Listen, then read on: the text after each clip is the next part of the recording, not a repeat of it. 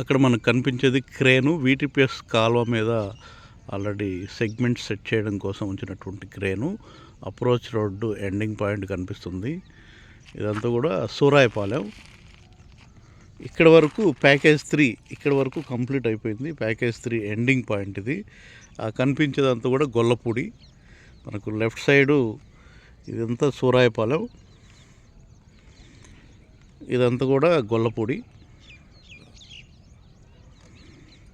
Package 3 అనేది మొత్తం complete అయిపోయింది. దాదాపు 100%. మధ్యలో 1-2 చోట్ల ఏమన్నా అండర్ పాసుల దగ్గర వర్క్స్ ఏమైనా జరుగుతుండొచ్చు, కానీ మ్యాక్సిమం 100% కంప్లీట్ అయిపోయింది.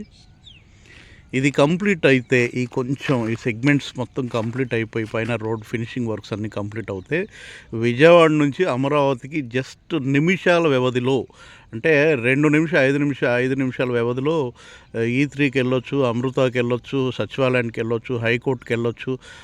మన ఆంధ్రప్రదేశ్ రాజధాని అమరావతిలోని ప్రతి ప్రాంతానికి